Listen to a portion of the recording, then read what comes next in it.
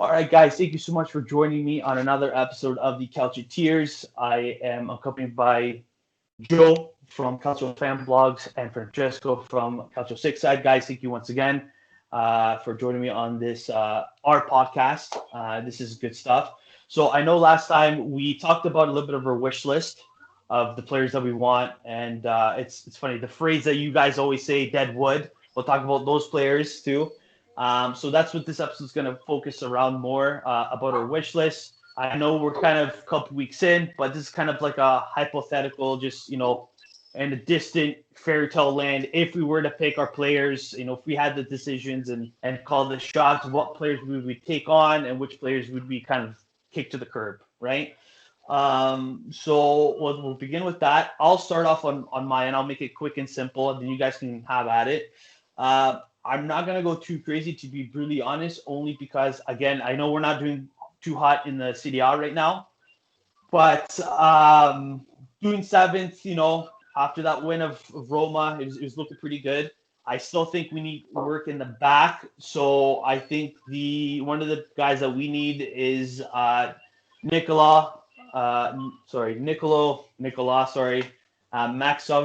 from Napoli. I think this guy is like really an underrated player. He doesn't get much playing time as he needs at Napoli.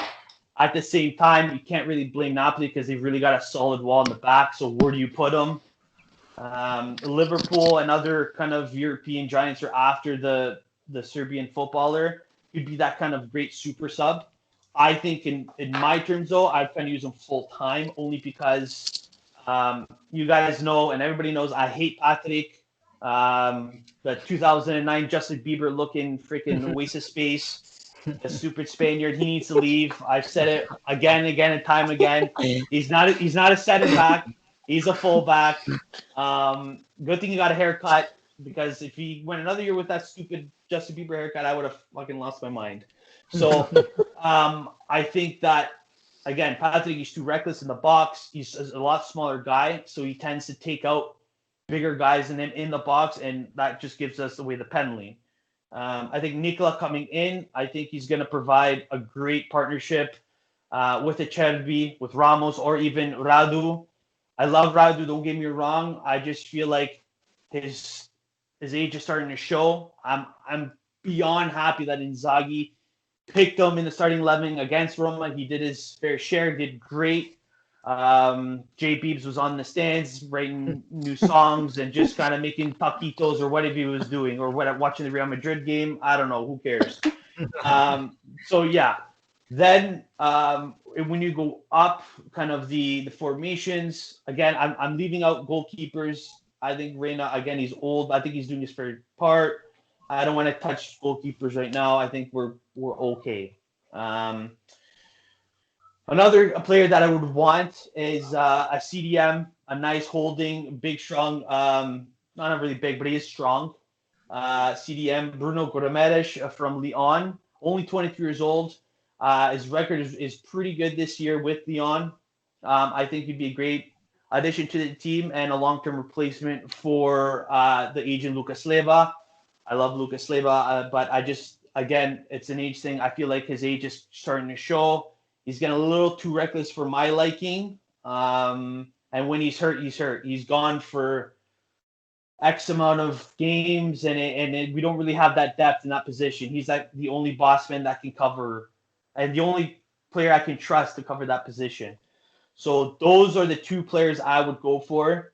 Nothing too crazy. Nothing in the attack because we're loaded with the attack. It's like everyone in the Chinese trains just stuffed in those trains, just really crammed in there. It's just too much attack. I can't do it. So I think those are the two guys I would take more on the defensive approach. Moving on to the Juventus fans over here.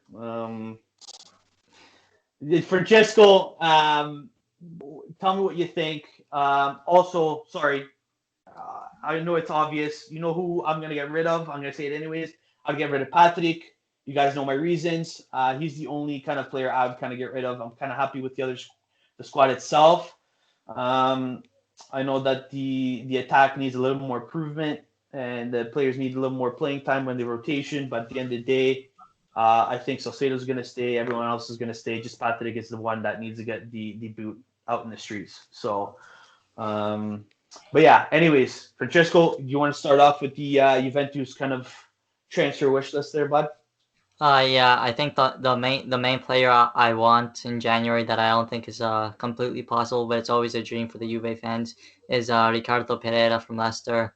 I think he's a great fullback, and he works with Pirlo's system really well. I feel like, especially when he's playing three in the back, where he could play on the left, he could play on the right, he could play the defense attack. I think he's a perfect balance to pair up with Cuadrado or Chiesa or even Sandro. I think it could work out well. I think that's someone we truly need. Another player I have on the list is David Alaba. I know he's linked to Madrid, but I think if we could get him on a free or even if we have to pay cheap for him, I think his versatility is amazing for us. He could play in the defense, he could play in the midfield.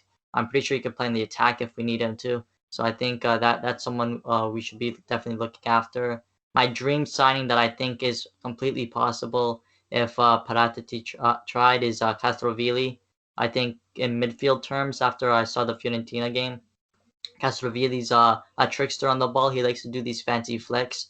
And after watching Pirlo's Juve this season, that's what we like to do. We've been doing these flicks like we're the 1970s Brazil team, and sometimes it works and sometimes it doesn't. So I think Castrovilli, if Pirlo wants to continue going with the Brazilian style of football, I think Castrovilli fits that midfield perfectly. Another one, I think we need a backup striker. I would love to hijack Mandzukic from Milan. He's the perfect guy, in my opinion, but I don't think it's possible. I think based off last season, I like the chemistry with Higuain and Dybala, where both players could have easily started. But since they're so good and only one of them could start, it got that healthy competition going, and they kind of played better each and every game just to show that they should start. And then whenever someone had like a poor game, the other player would play. And like let's say Dybala had a poor game, Higuain would have an amazing game. Then when Higuain would have a poor game, Dybala would come and have an even better game. So I think we need something like that. So maybe a Haaland. I don't think it's possible, but someone could dream with Haaland and Morata. They could always rotate and have that competition going. And so I think that's my main wish list. I think obviously some high caliber star players going. In terms of dead weight, a lot of Juventini are going to be like, oh, that doesn't count as dead weight because I forgot the guy was still at the club, is Sami Khedira. He's still racking up that wage bill. Every day I completely forget the guy's there. He's a mascot at this point. Not even. He's not even at the Not game. even. Yeah. Take sick pay. Yeah. He's just on his couch. And the second one, I would love to see gone is Bernadeschi. I feel like this happens every year with him. Every time he's close to leaving or rumored to leave the club, he starts putting on a string of really good performances like he's been doing recently. And then we kind of say, oh, you know what, he's doing good. Let's keep him for a while. And then he starts to step off again. So I think we just got to boot him out, get him to a team where he could develop, and maybe harness his game for the Italian national team because he's still like in peak form. So he could always turn out well. Just at Juve, just not him. He's not playing enough. So I think those players need the boot. I would love to say Danilo needs the boot. I can't stand him, but unfortunately, he's good for a backup role. Okay. Anybody else in mind other than the obvious people? It's interesting to see Danilo. Sorry. Anybody else though? Like kind of. For January, no, but for the summer, I would love to see Szczesny gone. I can't stand him. It's interesting you say it's interesting to see Szczesny. It's funny because we had this conversation before, and then Joe's like, "No, I'm keeping him. We're keeping him," and then you're like, "No, let's get rid of him." I think there's so many better keepers that we should be going after. I think right now Buffon is better than Szczesny. Like at Buffon's age right now, I think Buffon's better than Szczesny. He just doesn't have he doesn't have the character to start every game because Buffon came in after he left. He's such a humble guy. He doesn't want to say, I'm coming back, I'm captain, I'm number one, I'm taking your spot. He's like, I'm just going to relax here. I'm going to stay here. Szczesny, you take the limelight. And in so many games, Szczesny, he reminds me of Marc-Andre Ter Stegen. He's like the younger version of him.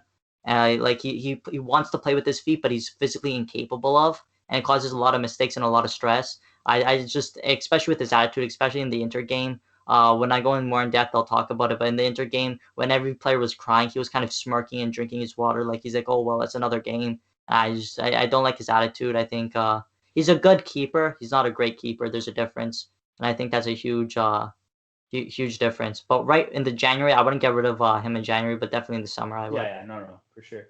Well, fighting words there. Real nice. Joe, what do you think here? So first of all, right back, like Francesco said, I agree with Ricardo Pereira. I think I've wanted him for a couple seasons now on Juve, and like Francesco said, he's versatile. He can attack well. He can defend well. He can play any position in the back, and I think we need him. I would also try to bring back Luca Pellegrini because I think that was just a mistake to loan him out, and then I would bring back Moise Kean too because I really love Moise Kean, and I think I see a lot in him, and I think he could be a great backup striker for Morata right now. Although I think Morata is a backup striker, but his form says otherwise right now. Then Bastoni, which Inter will never sell to Juventus, but it's a dream, you know. We all have to dream. That would be the dream. Yeah, he's really good. Yeah. And then Zinchenko from Manchester City. I mean, he has a bright future at left back. I would really like him. I think he's probably going to be just as good, if not already. He's better than the left backs we currently have. So I would like him. And other than that, that's it. I mean, Bastoni, it would be hilarious for him to go to Juventus, but Inter would never let that happen. And plus, Marotta's there. He would never let that happen. I totally forgot that kid. So he's really good. He's got a really bright future. And he's isn't he like super tall too? Like this kid's a giant. Like he ate a lot of greens growing up. A lot of pasta vigioli, a lot of ribini. Like I think his parents put ribini in his formula, and that's how big he got. Like he's a towering boy. He's a big boy. So yeah, interesting picks. Obviously, this transfer window is a little quiet. Like, I know it's funny you bring up Alaba, but apparently he already agreed to signing with Real Madrid with 11 mil per season. So that's a lot. That's too much for 28-year-old. I don't care what anybody says. Yes, he's like Francesco says, he could play anywhere and everywhere in the back line, but like, I don't know. I wouldn't pay that much for him. If he was kind of younger and kind of that rising stars, then for sure, right? Depends what he wants, though. That's the thing, right? That's like the thing. Right now, Juventus is in a better space than Real Madrid, so that's why Real Madrid have to offer him 11 mil. They kind of have to entice him to go to. That's the thing. That's so if he wants to win, I mean. Right. Yeah, that's the thing. Because like at first it was Chelsea, and then you look at Chelsea, they're not doing too hot.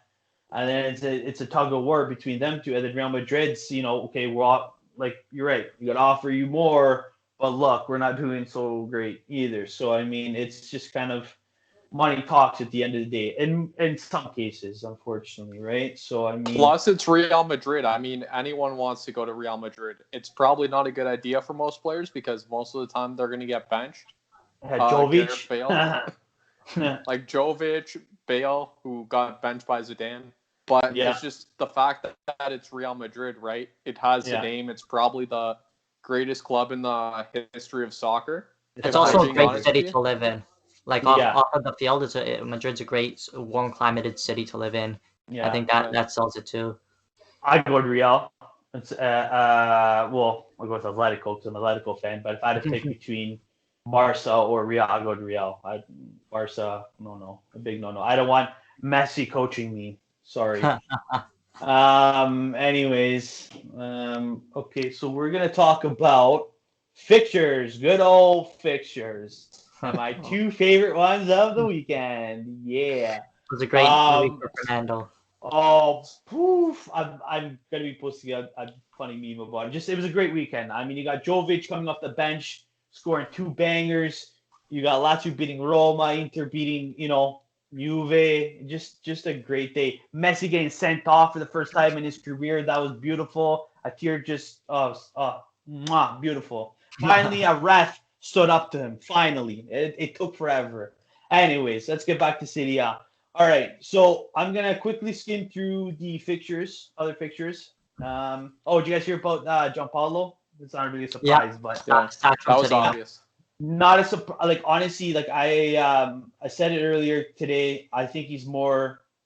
Correct me if I'm wrong, guys. I don't know. I think he's more of a City B kind of coach. I can see him maybe regaining his form and technician strength, going back to the B, coach a team like Pescara, helping them up to go up a little bit. I said Frosinone. I don't know why I said that. I almost threw myself out the window for saying that. I don't know why I said that.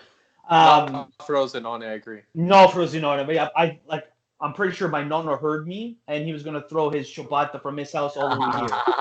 So like, I'm gonna get disowned for saying that. No, I think him coaching a team like that and kind of regaining his strength. He was really good at Sampdoria, and then he got a little too cocky, went to Milan, and then from Milan to and then you guys get it, right? So that was a good boot for three. They correct me if I'm wrong, like you guys agree with me. They should have done it earlier though. Just a side question here. You think they or was this like the perfect time? My answer is I like stability, so no. But I think that was inevitable given their performances, and probably the board has higher standards about how they want to perform than their squad actually is. So I think that I would have kept him at least for a little longer, but I also understand why, because sometimes these boards are a bit crazy too. They expect a lot too much out of their squads, and their squads are really not near enough to fill those expectations. Yeah, it's like he's in the boards. Okay, I want you to qualify Europa League, but you're in last place. Good luck. No, I know what you mean.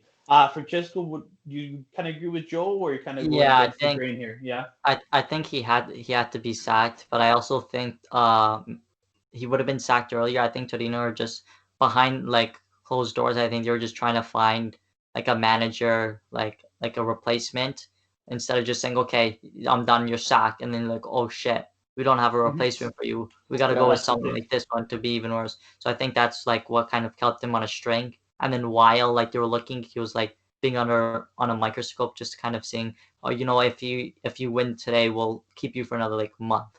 So I think he's been like living on that last string for a while, and now it's finally snapped, and it's time for him to go to another team, or who knows, just live the good life from home until he decides to come back. Hey, just imagine Spalletti. I was just gonna say I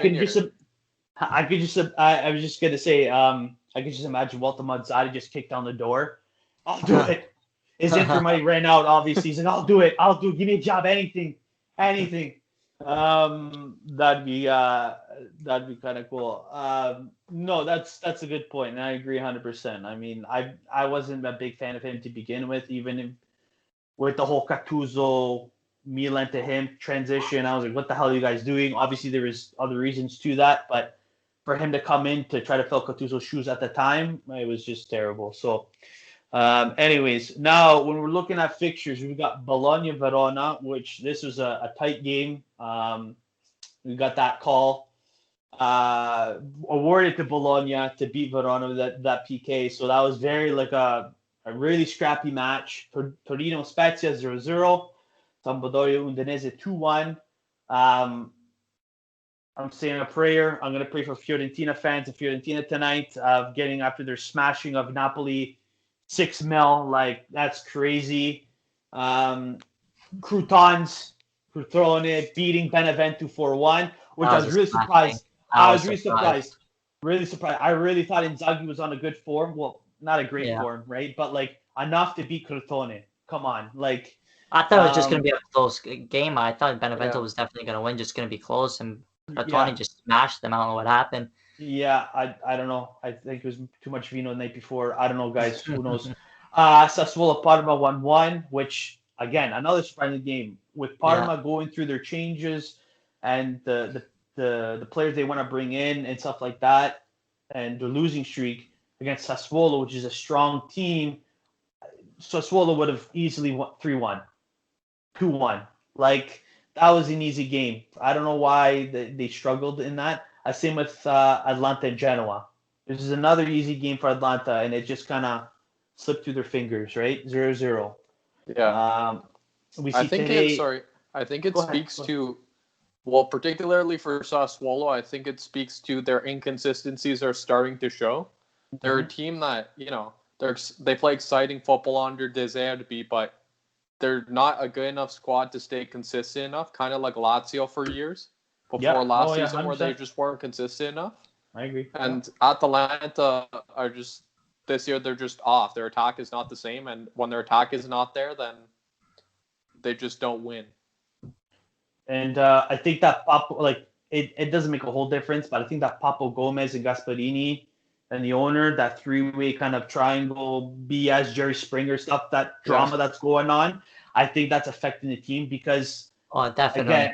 Again, he's a leader. Like, I enjoy Papo Gomez. Yes, he's 32 and people rip on him for his height, but he's a leader. Like, the players love him at Atlanta. I haven't heard one player say anything bad about him. They love him. They think he's a great leader and stuff like that. So when they hear this stuff going on and they see that their boss, not their coach, but their boss as a captain is being affected by this, it kind of takes a toll on them. So yeah, no, for sure. Honestly, I mean, it's crazy. I mean, I don't know. The owner said he won't be selling to anybody in Italy.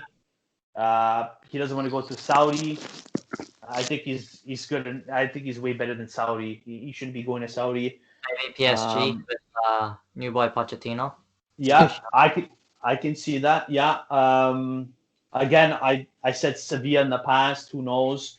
Yeah. I think now Pochettino in the mix. I think that he'll make room for him. They'll find a way for him. And then we have Milan and Cagliari today. Easy game for Milan.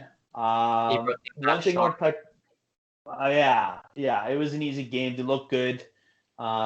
They're still kind of mad from that Juve game. They still want to come back and be strong. Their first loss in 35 games or something like that or more. I think it's interesting.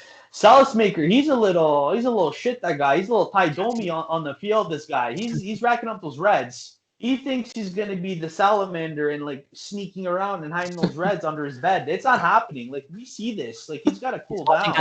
Rossi highlights. Yeah, he's watching those highlights.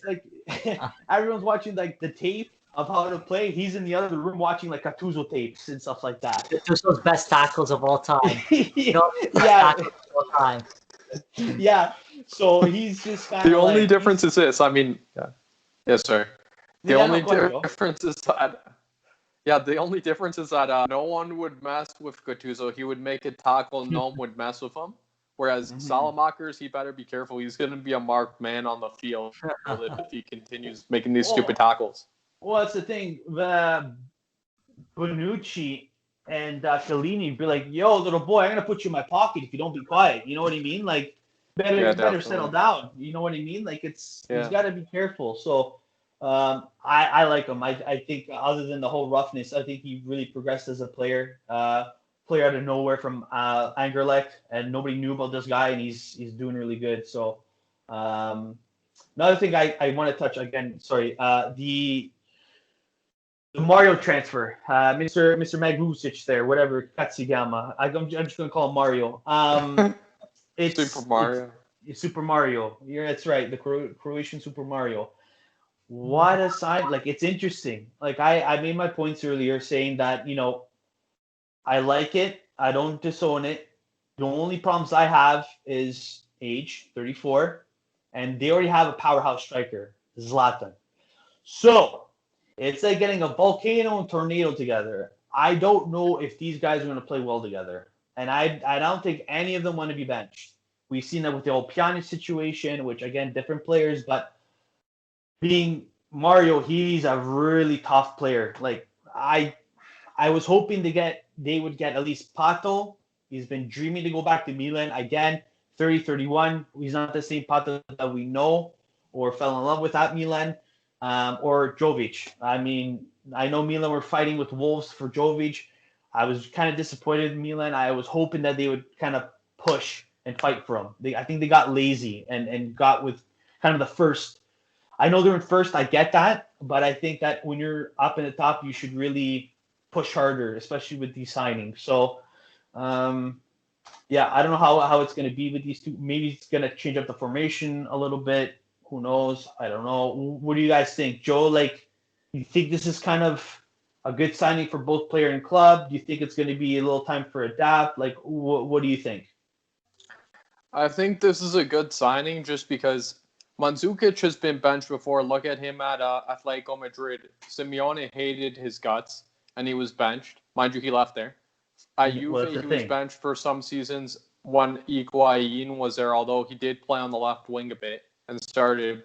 And so I think Mandzukic is a proven winner, and I think he's a leader, and I think he won't mind being on the bench. The question is, will Zlatan and him get along, because they're both very what's the word? They're both very tough. So I don't know if they'll get along, but it seems like it, because I think Mandzukic is going to be the one willing to step aside and say, you know what, I'm willing to be benched as long as I can provide leadership to this young squad. If I can provide leadership to the bench, no, I'm kidding. I'm kidding. Yeah. Okay. All right. Was there anything else you wanted to add before we go to Francesco, Joe? Sorry, or was that pretty much it? That was it for Mandzukic. Okay. Francesco, what's your take on your ex Juventino? Similar to Joe, we've seen what Mandzukic has done at Juve. No matter what, even if he's on the bench or off the bench, like even if like Zlatan and Mario like play together up top, and like Zlatan's like he's the main striker, he's like the driving force. Mandzukic is like, okay, you got the center focus. I'm gonna go to the left where it's a little weak and try to provide there. I'll run back and get the ball and give it to you, because that's like who Mandzukic is. He sacrifices himself for the team, so I think that's like on the field, Mandzukic and Zlatan are two very different players. Even though they look and sound very similar because of their tough persona, Mandzukic sacrifices for the team, where Ibra kind of like, okay, listen, I'm old. I could play striker. I'm good at that. I'm going to focus on that. Mandzukic is like, I don't care. Like, I'll come back to the goalie and like play goalie with my feet if I have to, and then just run the ball back up to you. So I think on the field they're very different, but off the field, like Joe was saying, they might clash a bit. Like obviously Ibra is the leader, but Mandzukic is also a leader. I think these two, it's like Messi and Ronaldo. These two, in my opinion, are the two most underrated players of this generation. If it wasn't for Messi or Ronaldo, I think they would have so much more respect than they do right now. So when Ibra's like telling the team something and Mandzukic says, how about we do this? And they get in a fight. Mandzukic is like, hey, what do you have? I have a Champions League. I have a treble. I think that's where it's gonna get a little. That's where it's gonna get dicey. But I think Mandzukic is the type of player where he's very quiet. I think he'll be quiet when he needs to be. He's not the one to start fights when he has to. So I think, but if Ibra does provoke him, I think he'll stand his ground for sure. But I definitely think this is a great signing. Obviously, it's free. Can't complain. I think long-term wise, Jovic would have been better, especially since he has that partnership with Rebic that was so great at Frankfurt. But I think you can't if Mandzukic comes and you have a possibility to play with Zlatan, the two most underrated players in this generation, you can't turn that down. Especially now that Milan have a chance to win the Scudetto. Like obviously they're gonna slip up. Like I have to say that, but like in their eyes, they truly believe they have a chance to win the Scudetto. So I think if you have that chance, you need someone who's a leader and a winner, a proven winner. And Jovic isn't a proven winner yet, and Mandzukic is. So I think that's what it comes down to. Good. Yeah. No. Good points. And again, Francesco, you talk about the whole Champions League resume, and that might kind of, it's like stepbrothers. You know what I mean? With those two. So it would be good to see them play together. Okay. So let's talk about. So if you guys the agony, we'll save the best for last. Lazio Roma. Oh my God. Again, Ben, if you're watching, love you, buddy. Shots. No, love Paps. No, he was a great sport. He was a great sport about it. Wish me luck. I wish him luck. We're that's the thing. He's on paper we're rivals, but at the end of the day we sit down, we talk about it, and we admit our mistakes, stuff like that, which is great about this sport and our rivalry stuff. So I was really nervous coming into this game because of Roma's superb form. I mean, they've been doing really good, really tight in the back. The midfield's been phenomenal. Dzeko, you know how Dzeko is here and there. You know what I mean? Like it's, you know what? So it's interesting to see that they've been bringing these youngsters in as well, kind of putting them to the test. With Lazio, on the other hand, again, it goes all back to this stupid formation that Inzaghi's got implanted in his head. He thinks it's the best thing ever. Gasperini says it's his, but whatever. Gasperini can go pee in a corner or whatever the fuck it is. So with these strings of losses and draws from Lazio and then coming into a strong Roma team, I was like, I know we beat Fiorentina, okay, Parma, okay, but that's not good enough. I'm still scared. I'm still going to have nightmares at night, right? So, but they proved me wrong, and I was very happy. Again, Radu kicking out Patrick, that was a really smart plan and move. I think Inzaghi kind of figured that, okay, Roma, they're going to be a great team to provoke Patrick, and this is a game that I can't lose. Even though I signed the contract extension, or I'm about to sign this extension, Claudio's always going to look at me, the Michelin man from upstairs. He's always going to have, he's always going to be watching me, right? He's always going to be watching me while he spends his money on his airplanes and stuff like that. So good for Inzaghi for staying his ground, doing the formation change and stuff like that. Luis Alberto, oh, man, I hope this guy stays forever, honestly. He's just such a world-class player. He's a good player. I don't know about world-class, but he's just a lethal weapon from outside the box. You see these 2 goals that he did, just blasting them. I think that obviously Salcedo had a couple chances too. Did you guys hear about the Salcedo-Fiorentina kind of deal? I heard about the rumor. I didn't hear about the actual deal. So sorry, rumor deal. Sorry, I meant like as a rumor, like not an actual deal. You think so? Yes or no? I don't think so. What do you guys think? A lot of people are saying yes. I don't know why, but do you think Salcedo gonna go? He's gonna go to Fiorentina? No, I don't think so. Lazio to sell him. Thank you. Exactly. I had a fight with someone the other day about it, and yeah, they said, "Oh, Salcedo is not the super sub Lazio need. We need him. Fiorentina needs him more," which is great, but like I'm not willing to give him up. Like we still need him. So I mean, his game winners kind of have the resume on to say like he is much needed at Lazio right now. Unless you swap him for Vlahovic, that's a different story now. Sorry, who? Unless you swap him for Vlahovic at Fiorentina, I think that could be more favorable. You want to do that? Not even for Vlahovic? No. Wow. No. I know. You're looking at me like, what? I don't know. He just brings a certain character and charisma to the team, and I know he's getting old. And buddy over there, Fiorentina, he's young. He's like 23. I don't know. I can't do it. I don't know. Everyone's gonna hate me later. But anyways, guys, tell me about what you think about the game.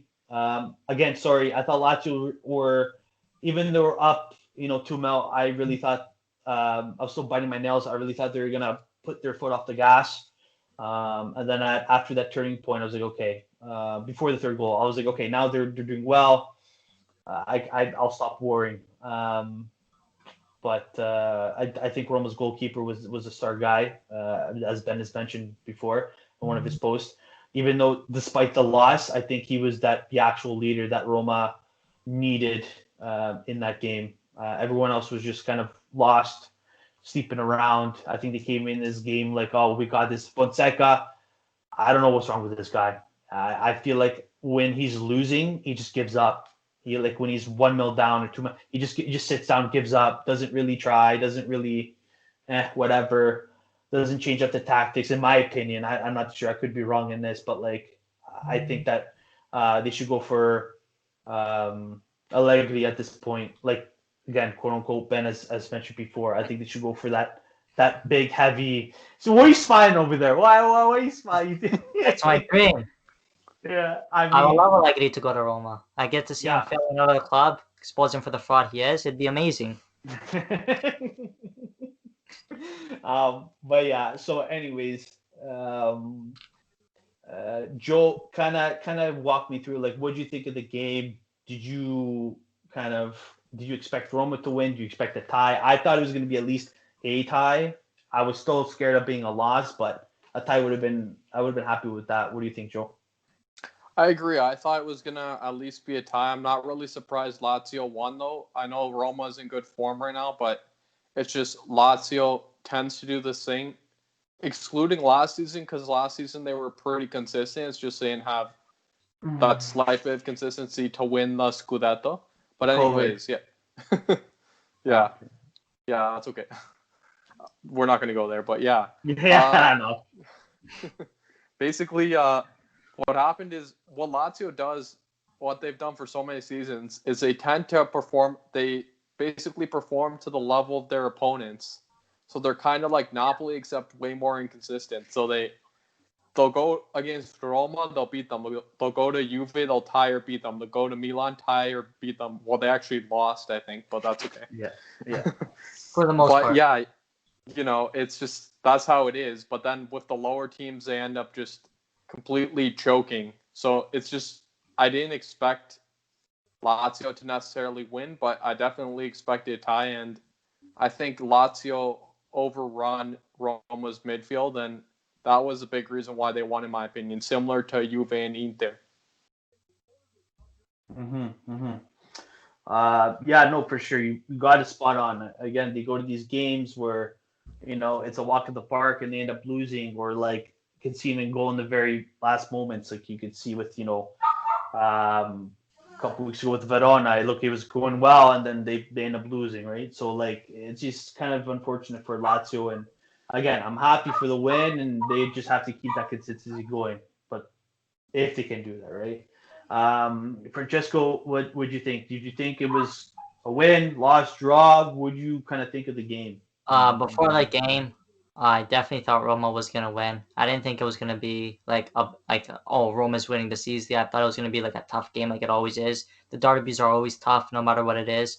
And then I saw the game, especially with Ibanez. I think it's tough for him, especially a young player, and a derby loss like that. Partially to blame from his parts. Now fans are going after his family and him. I think it's tough to take on. It's what the derby is. I think what Lazio did, I was not expecting at all. Like if Lazio were to win, I thought Roma would put up a better fight than they did. When I was watching the game, I'm like, wow. Not only is Lazio winning, but they're in control of the game, which was surprising for me. Very. Yep. Enzo always touches up on this every podcast. Fonseca tends to lose in big games all the time, or he tends to like drop points in big games when he's not supposed to. And I think that's a big problem in Roma, especially if you need to go for top four, you need a couple of big games to go your way. You can't just rely on the smaller teams. And I think I was talking to Elliot actually after the game. As he said, he wants Allegri. I think in January, I think Roma have three options. They keep Fonseca and just fight it out with him until the summer, and then based on like his results, you kind of make a thing of saying, okay, it's time to go, it's time to stay, kind of make that decision, or they give Di Rossi a chance, maybe pull up Pirlo or Gattuso. There's not, because at this point they have to determine if, okay, do we have a chance of getting top four? Do we want top four? Do you say, you know what, give Di Rossi, or even have Di Rossi in the back rooms, learn from Fonseca? Or I think the most favorable option is to get Sarri in. And the reason I say Sarri in is he is the most alike person to Fonseca's system. He likes to play attacking ball. Allegri likes to play defensive ball. So if mid-season wise, if you bring Allegri in, that's going to be a disaster for a couple of weeks just to get used to that system of defensive football. So I think if you want to make a smooth transition and Fonseca needs to go, I think Sarri's the perfect man, because they both are, obviously there's going to be tweaks with Sarri, but they're both for the most part attacking football. In terms of Allegri in the summer, I would love for it happen. I wouldn't wish it on anyone. I mean, just a proof, Allegri said he was going to take a year off coaching, and in that year, after that year has been up, Chelsea, Man United, PSG, Real Madrid, Barcelona, all these big teams are looking for coaches, and he's still a free agent for some reason, for a quote unquote world class coach. I think he's a good coach, not a great coach. I think that Juventus team carried him. If he goes to Roma, I don't see him doing anything extraordinary. If he goes to Inter, I don't see him doing anything extraordinary.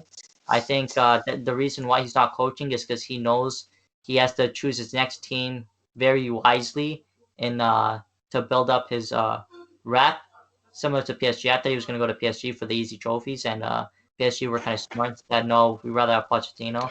So I think in the summer I would love a legacy at Roma. Roma fans, I wouldn't wish it upon you. I would, as a Roma fan, I think Sadi would be the best bet if Fonseca has to go. Yeah. Or De Rossi, even De Rossi with Sadi, make De Rossi learn the ropes for a bit and then get promoted. I think that would be a good option.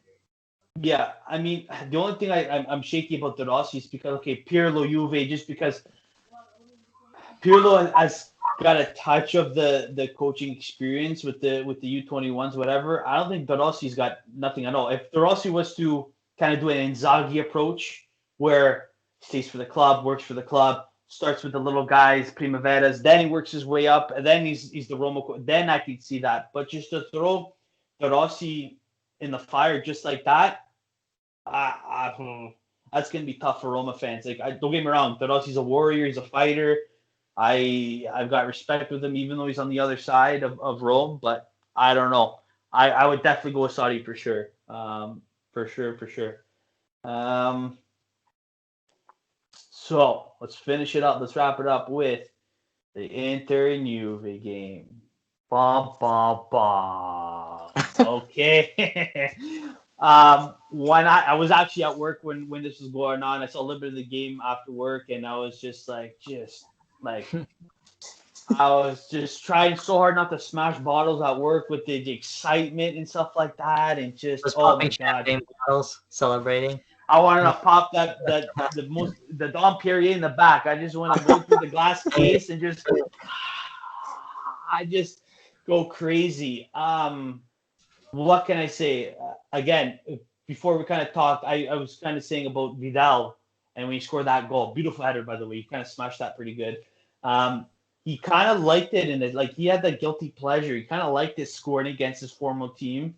He didn't celebrate. But he had that little smirk. He's like, ha, ha, ha. You know what I mean? And I bet you Conte loved it. Don't get me wrong. Conte doesn't give a F. He probably loved it. So it was good to see that kind of happen. And Barella, I mean, just like was amazing. Was that Messi or was that Barella? Yeah. Yeah, I mean, I know everyone at Italian Football TV. I've been raving about him since they're right. He's just great. He's growing a little bit of a flow, which is great. You know, he's looking pretty tight, pretty good. And just the way he just gets in those tight spaces, passes the ball, sets anybody up. He doesn't care if he's in 5 men deep. He's passing that ball. He doesn't care where he is. He's passing the ball to you. And I think kind of remind me a little bit of a Pirlo. But obviously he's got more, Barella's got that speed. But kind of remind me of a little bit of the Euro 2012 with Pirlo, jacking the ball up the field and stuff like that. So it's really good to see a reincarnation of a legend on the field, on the opposite side, of course. And I really hope he stays in Serie A. I mean, I wish him all the best. If he goes to Europe, that's great. I hope it's not a kind of a Verratti situation where Verratti, promising player, from Pescara, boom, goes to PSG and stays there for like 100 years. And he's like close to going 30, but it's like, dude, you're so good. Come back to the A. Or go somewhere else. You know what I mean? So I hope that's not the situation for Barella. Again, great game. Just going to start off with you. What happened? Walk me through the Juve game. Walk me through the kind of not the formation if you want, but like just the players on the field. Were you happy with the players in the field? If there's any changes, what changes would you make? Just what happened? Okay, so first off, I'm gonna say I think both of you guys know this. I talk a lot of shit to Inter. So obviously for the couple of weeks leading up to the game, I was like, oh, Inter's gonna choke. Inter's not doing anything. They're shit. They're not doing anything. all the Inter fans, when they saw that game, they meet because literally right after the Inter game, the views on like our last podcast over 6 I just exploded. Like, yeah, that's all the Inter fans just fueling up ready for me, clipping it and everything. So I'm like, oh shit, this isn't good. Before the game, I saw the lineup, and I'm like, okay, Cuadrado's out because of COVID, Sandro's out because of COVID, Dybala and Della are out. This is the best lineup we could possibly have, minus McKennie. I think McKennie needed to start that game. I think he's our best midfielder. It's the biggest game. I think McKennie should have started, ideally. That's the only change I personally would have made. Maybe, even though Chiellini was our best defender, Di Maria, I think putting in Chiellini in hot water, he hasn't had a lot of game time because of his injury. So obviously you don't know how that's going to play out. Luckily it worked out. I think he was our best player on the pitch, even though no one was good. But I think he locked down Lukaku well.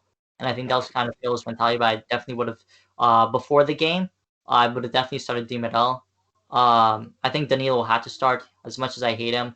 And you were complimenting Vidal's header. It's funny. Danilo, on headers, he gets very lazy. He kind of jumps like maybe like an inch and says, "Yeah, I don't want to do that. Okay, I'm just gonna stay down here." And Vidal just got an easy header against him. Yeah, I think easy for sure.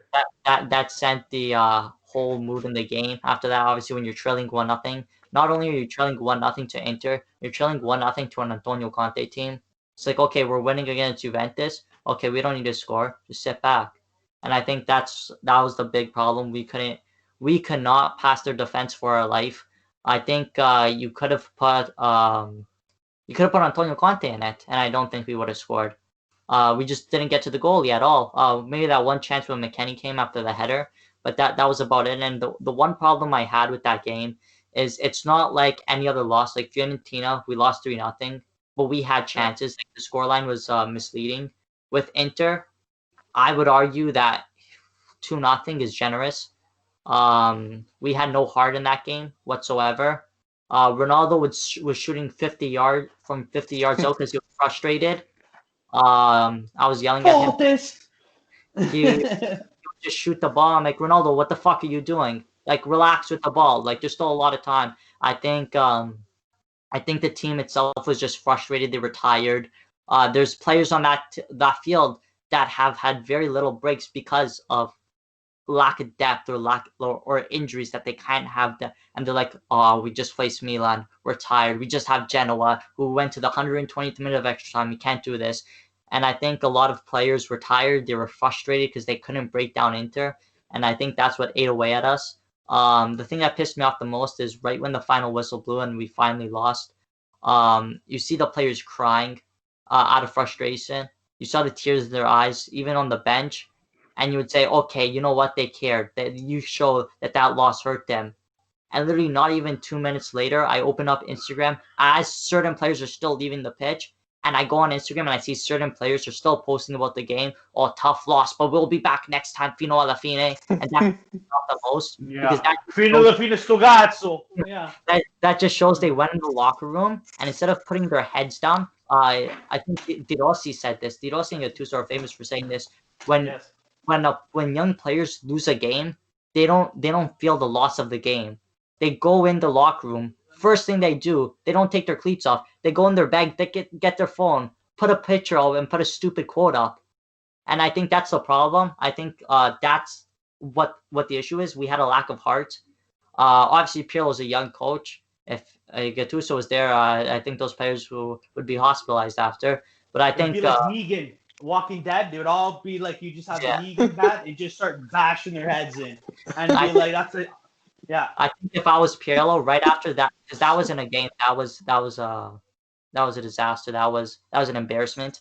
I wouldn't have said anything if I was Pirlo. I would have just walked in, told everyone to give me their phones, would have put it in a bag and threw it out. I would have threw it in the garbage. I said, "You get these when you impress me again." I think every player on that pitch, even on the bench, posted a picture, and it was the same picture, that team photo, with the same exact words, "Oh, we'll do better against Napoli, fino alla fine." And I think that's just complete bullshit. I think that's the problem we lost. It was a lack of heart. We didn't deserve to win at all. Usually games, I could argue, I could say, we were unlucky. if Dybala scored this, if Ronaldo scored that, or if Ronaldo passed there, we would have had a goal. It would have been a different game. If Danilo wasn't lazy and Vidal didn't score, it would have been a different game. But I can't say that because Inter deserved to win 110%. They showed more heart, more resilience. Juventus did nothing of that, and I think that was the problem. And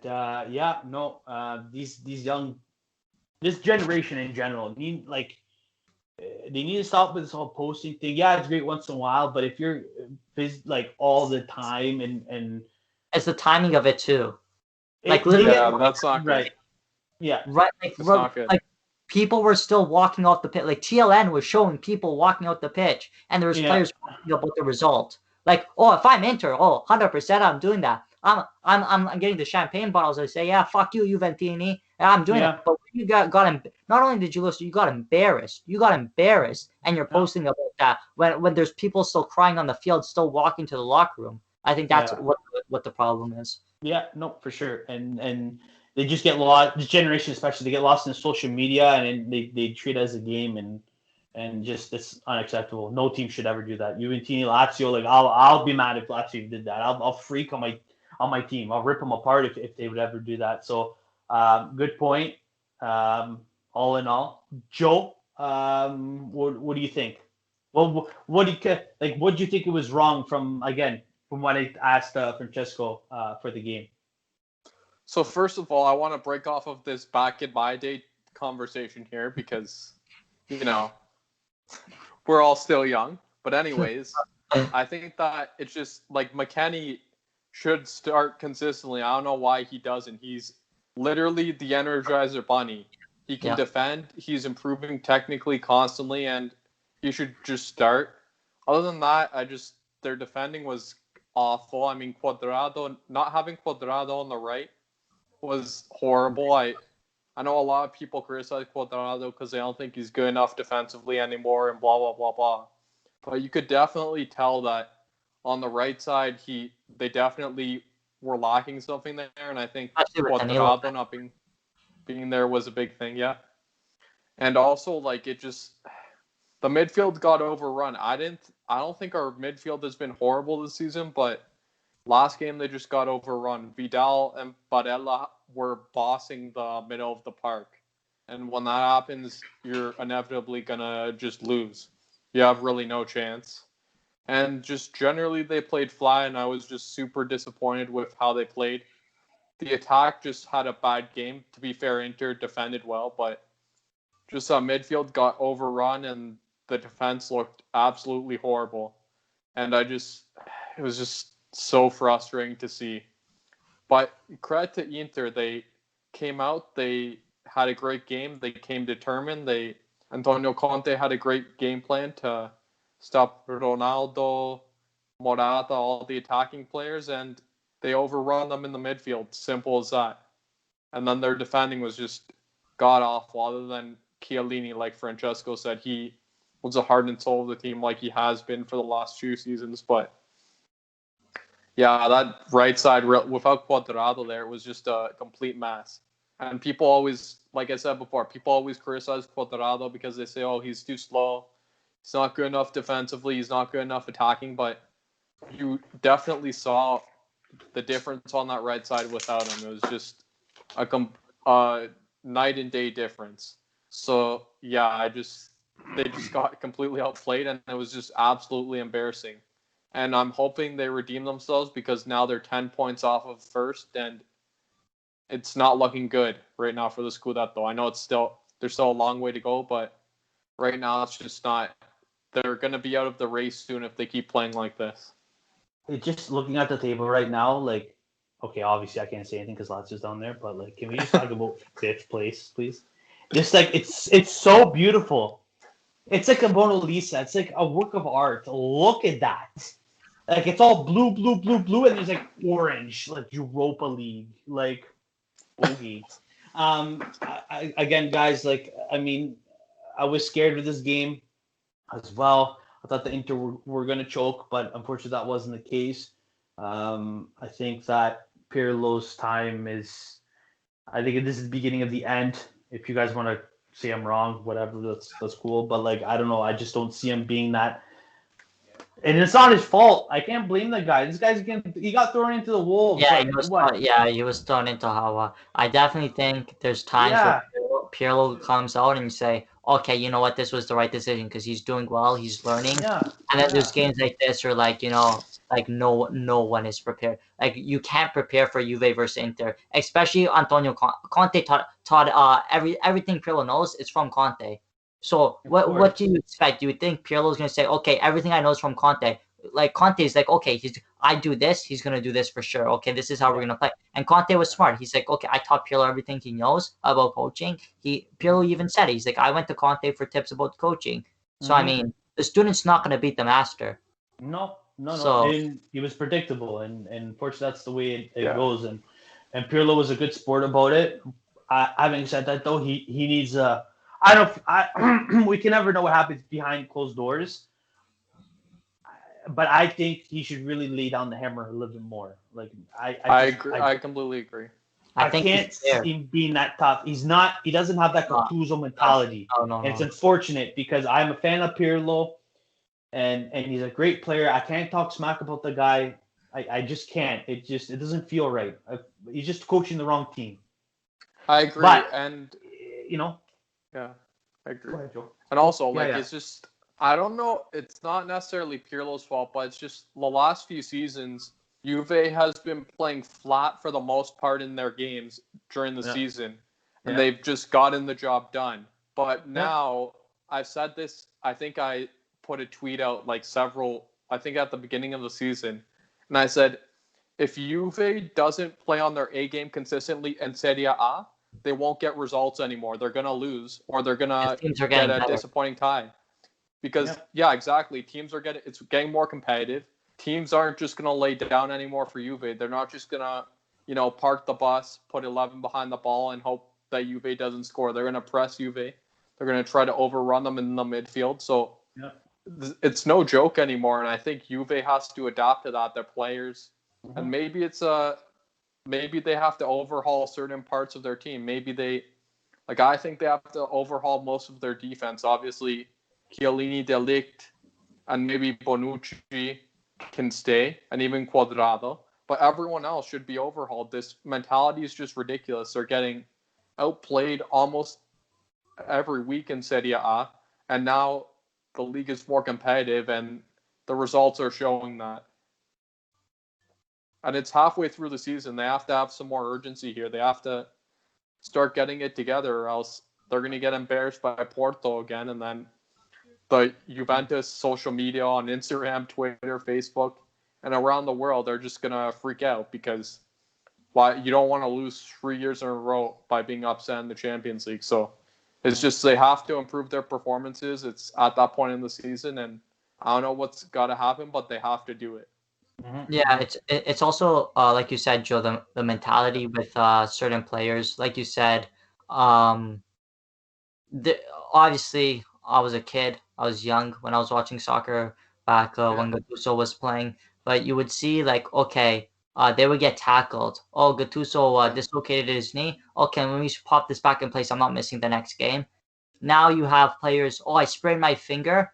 Oh, okay. That means I get to get my full contract by sitting on my couch at home for 2 weeks and not play a game. I get to rest for these 2 weeks instead of train and go play. Okay, perfect. I'm gonna go sit on the bench. And I think the willingness and heart of the game is dying down with these young players because they say, okay, I'm getting paid millions of dollars.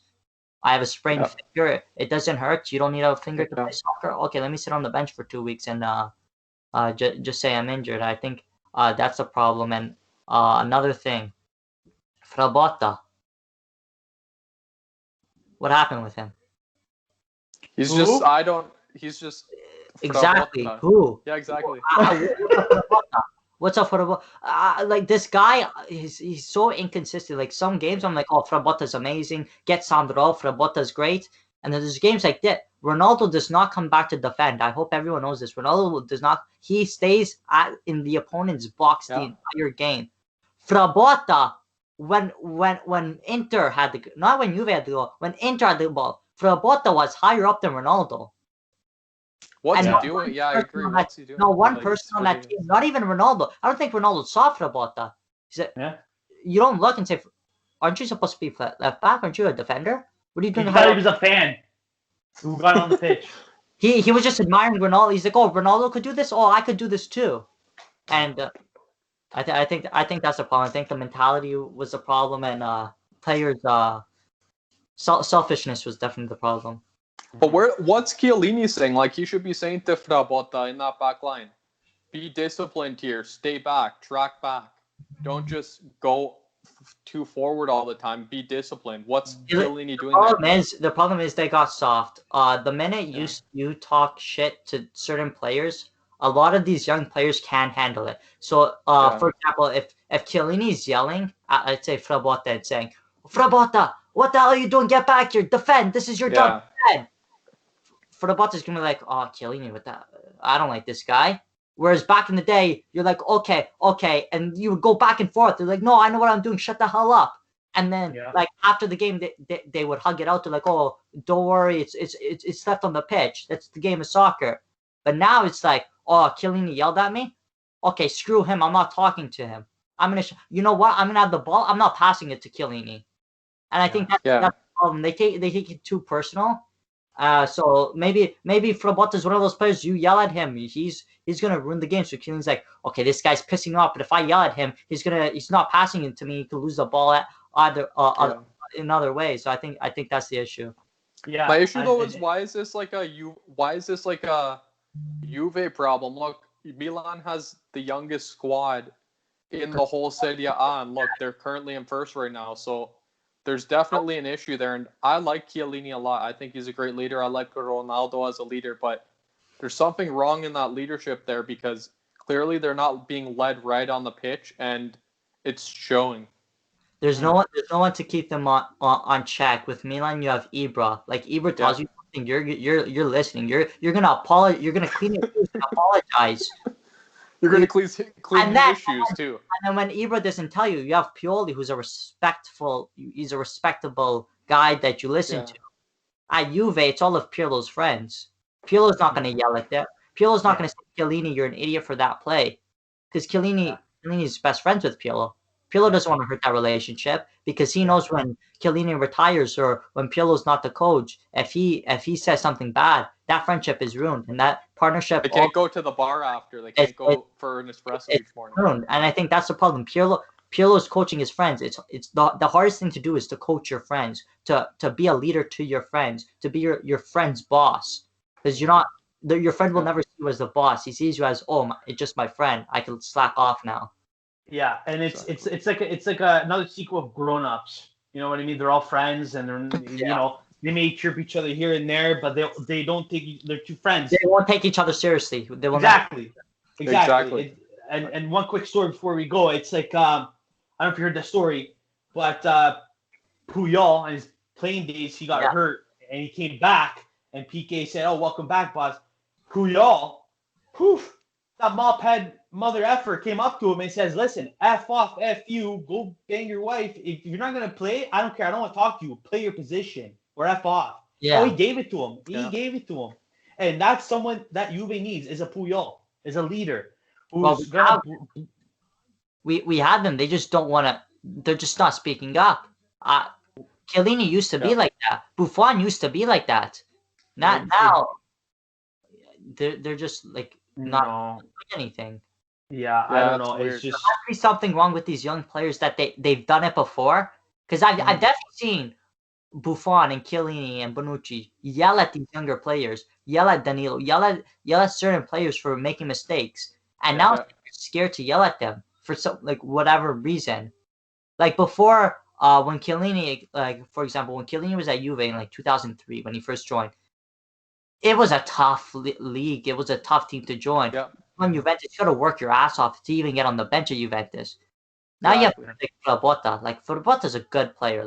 He's certain games, especially in Milan, he's a good player. But there's certain games when he's inconsistent, where he's playing selfishly, where you can't tell him that because for whatever reason that's going on behind the scenes, it's like you tell him that and has a stigma towards you that he's not going to do anything like in favor of the team. And it's like for the Bottas mindset, it's like, oh, Chiellini's like, okay, I had to work my ass off. It's like, oh, you worked your ass off to join this team. I'm this young and I'm playing for Juventus, collecting double the amount of money you were collecting at my age. So who's the better player here? I think that's the mentality these young players are having, and I think that's what's costing us. Yeah. It's unfortunate. So I don't know. Hopefully these players kind of get out of it, and I think the board is kind of heavily involved too. I think the board are kind of scared in the sense of like, hey, if we offend this kid or whatever, then we're gonna be screwed or whatever. They're too, like you said, too soft. So I think these guys need to roll up their sleeves and kind of lay down the hammer. That's it. So. Anyways, this concludes our very heated, most energetic episode ever. Thank you guys so much for that. I feel so great. This is really great, guys. Thank you so much. Next week we'll be talking about more of the transfer window, obviously. More people talking about their wish list and stuff like that. We're going to be talking about more matches and just more Serie A. So, guys, make sure whoever's ever watching, please like, comment, share, and because you don't want to miss this. So, guys, to my paisanos over here, my Calcio paisanos, my fellow CalcioTeers, thank you so much for joining me. Until next time, guys. Okay? Ciao, everybody. Ciao. Ciao, ragazzi.